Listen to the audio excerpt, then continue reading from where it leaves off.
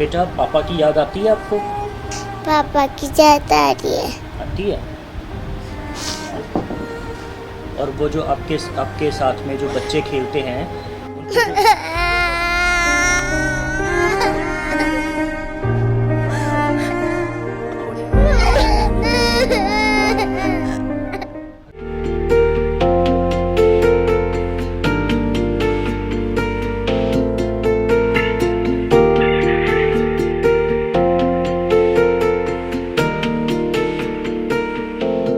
दर्दे मौसूल के दूसरे एपिसोड में हम आपको मिलवाएंगे एक और परिवार से जिनको भी है इंतजार अपने का।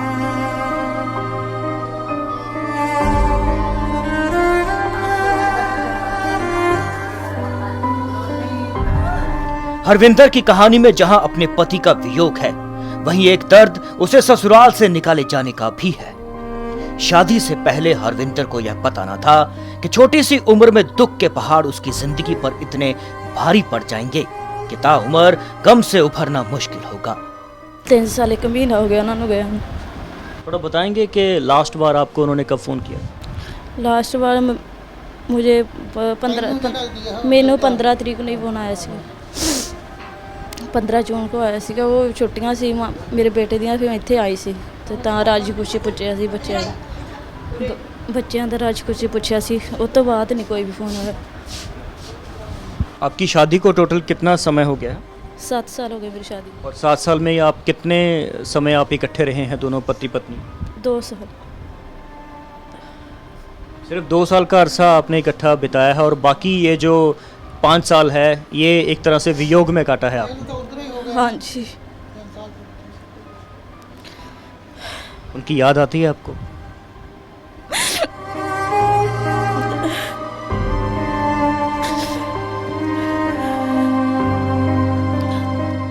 पिछले 3 सालों से भारत सरकार इंक्वायरी के नाम पर खाना पूर्ति करे जा रही है, जैसे सच और साफ ना कहने की सरकार ने कसम सिखाई हो।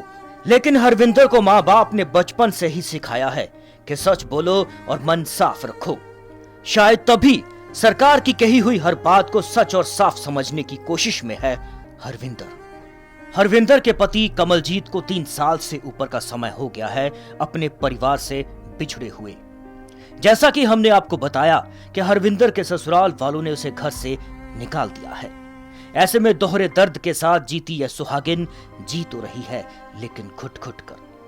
पति गया, ससुराल छूटा, पर सरकार को क्या? सरकारें अब भी चल रही हैं, सरकारें चलती रहेंगी। घर में बैठी जवान कुमारी बेटी माँ बाप के लिए चिंता का विषय बन जाती है।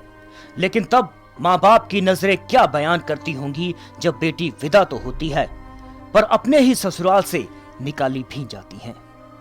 ससुराल से निकाले जाने के बाद हमारा समाज बेटियों को किस नजरिए से देखता है, शायद हमारी सरकारें इसे महसूस नहीं कर सकती, क्योंकि ना तो सरकार का मायका होता है और ना ही ससुराल। जब आपके जो दामाद हैं कमलजीत, जब वो वापस आते हैं तो तब ही क्या आपकी जो बेटी है वो वापस अपने ससुराल जा पाएगी?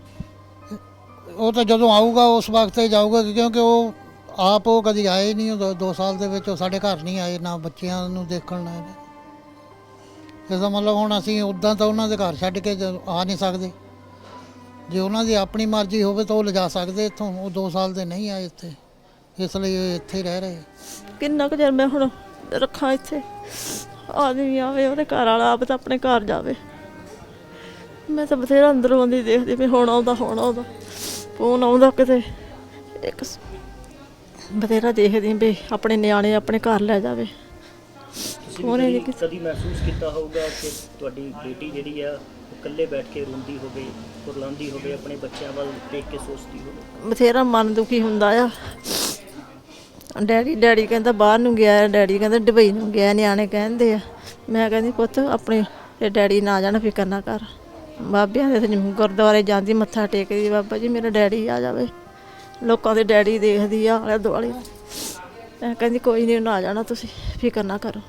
ਇੱਕ ਮਾਤਾ ਜੀ, ਆਂਢ ਗੁਆਂਢ ਜਾਂ ਸਮਾਜ ਅੱਜ ਕੱਲ੍ਹ ਦਾ ਜਿਹੜਾ ਹੈਗਾ ਉਹ ਇਹਨਾਂ ਦੂਸਰਿਆਂ ਦੇ ਘਰਾਂ ਦੇ ਵਿੱਚ ਉਹਨਾਂ ਨੂੰ ਦਖਲ ਅੰਦਾਜ਼ੀ ਕਰਨ ਦੀ ਕਾਫੀ ਇੱਕ ਆਦਤ ਹੁੰਦੀ ਹੈ।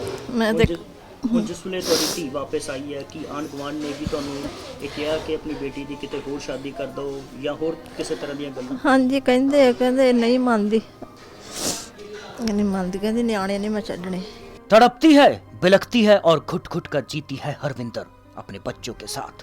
एक दर्द में, एक ऐसा दर्द जिसे वो किसी से बयां नहीं कर सकती, शायद इसलिए कि उसके शब्दों से उसके परिवार का सीना छलनी ना हो। ਮੈਂ ਸੋਚਿਆ ਨਹੀਂ ਸੀਗਾ ਜਿੱਦਾਂ ਉਹਨਾਂ ਦਾ ਕੰਮ ਸੈੱਟ ਹੋ ਗਿਆ ਸੀ, ਇਹ ਵੀ ਚਲੋ ਕੰਮ ਸੈੱਟ ਹੋ ਗਿਆ ਇਹਨਾਂ ਦਾ ਵੀ, ਕੋਈ ਚਲੋ ਅੱਗੇ ਜਿੰਨੀ ਵਾਰੀ ਵੀ ਗਏ ਆ ਕਿਤੇ ਵੀ ਕੋਈ ਕੰਮ ਨਹੀਂ ਸੀ, ਚਲੋ ਕੰਮ ਨਹੀਂ ਸੀ ਮਤਲਬ ਇਹਨਾਂ ਦਾ ਕਿਤੇ ਵੀ ਸੈੱਟ। ਫਿਰ ਹੁਣ ਥੋੜ੍ਹੇ ਚਿਰ ਤੇ ਨਹੀਂ ਪੈਸੇ ਵੀ ਥੋੜ੍ਹੇ ਬਹੁਤੇ ਲਾਤੇ ਸੀਗੇ, ਜਿੱਦਾਂ ਵੀ ਬਾਅਦ ਵਿੱਚ ਕਹਿਣ ਲੱਗੇ ਵੀ ਹੁਣ ਸਾਡੀ ਤਨਖਾਹ ਵੀ ਠੀਕ ਆ, ਵੀ ਕੰਮ ਕਰ ਸਾਡਾ ਸਹੀ ਆ। 8-9 ਮਹੀਨੇ ਮਤਲਬ ਸਹੀ ਹੋ ਗਿਆ ਸੀ, ਪਰ ਬਾਅਦ ਵਿੱਚ ਜਦੋਂ 9ਵੇਂ ਮਹੀਨੇ ਨਾਲ ਤੇ ਸਾਰੀਆਂ ਮਤਲਬ उम्मीदें खत्म हो गई हैं। लगभग 3 साल की इस बच्ची के रोने की गूंज शायद सुषमा स्वराज और प्रधानमंत्री मोदी के कानों में भी गूंजनी चाहिए, क्योंकि अपनी व्यस्तता के कारण यह बच्ची कहीं न कहीं सरकार के प्रयासों से वंचित है। बेटा, पापा की याद आती है आपको? पापा की याद आ रही है। आती है? पापा की याद आ रही है? आप चाहते हो आपके पापा आ जाएं वापस? ਜਦੋਂ ਜਾਂਦੀ ਕਿਸੇ ਵੀ ਮੰਦਰ ਮਸਜਿਦ ਤੇ ਹੱਥ ਜੋੜ ਕੇ यही ਕਹਿੰਦੀ भी मेरे डैडी आ जाने बाहर। 2013 में छोटे बड़े मुद्दों पर ट्वीट करने वाले मोदी जी अब व्यस्त हो गए हैं। क्या इन परिवारों का दुख अब दुख नहीं रहा? क्या उस वक्त के ट्वीट और भाषण सिर्फ सियासी थे? इन परिवारों के दुख की लड़ाई लड़ रही दसूहा की गुरपिंदर क्या कहती है, यह सुनना भी लाजमी है। गवर्नमेंट की नॉन सीरियसनेस समझ सामने आती है कि वो इस मैटर को लेके सीरियस ही नहीं है। क्यों?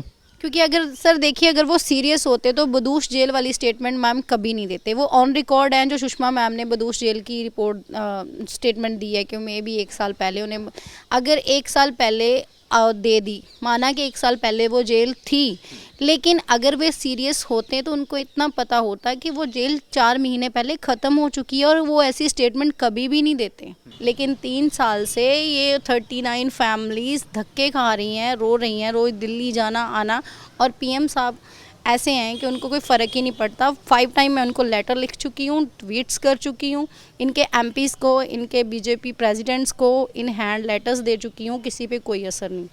तो वही ना कि अगर वही कोई नेता, कोई बड़े बिजनेसमैन का ये बच्चा होता तो शायद इतना टाइम कभी भी नहीं लगता। उनके लिए तो आप नेशन के जो सबसे बड़े खतरा हैं आतंकवादी, उनको रिलीज़ कर रहे हो, और इनके लिए आप एफ़र्ट्स भी नहीं कर सकते अच्छे से कि ये लोग वापस आ जाएं, क्योंकि इनकी कोई वैल्यू ही नहीं है गरीब लोगों की इनके लिए।